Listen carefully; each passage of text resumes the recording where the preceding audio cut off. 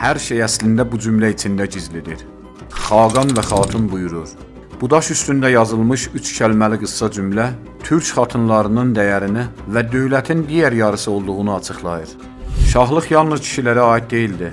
Türkün törəsində qadınların çox özəl yeri var idi. Onlar nə təkcə ana idi, nə də sadəcə yoldaş.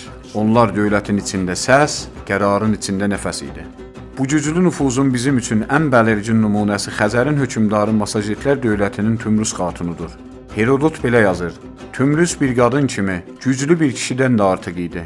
Miladdan öncə 6-cı əsrdə Massaget dövlətinin hökmdarı olan Tümrüz, Həxameneşi şahı Kuruşu döyüşdə məğlub etdi. Onun hekayəsi türk qadınının iradə və hərbi bacarığının simvoludur, həm də ən əski nümunələrdən biri. Türk törəsinin və dövlətçilik mədəniyyətinin əsas hissəsi olan xatun ya xanım anlayışı, yaşadığımız coğrafiyaya minillik hökm sürən türk dövlətlərində öz quruluşunu saxlaya bilmişdir.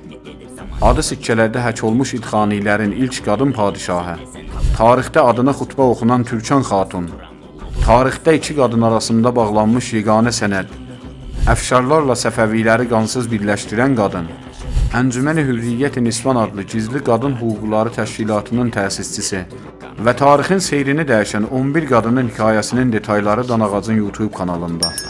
Danağacı YouTube'da izlədiyiniz üçün təşəkkürlər.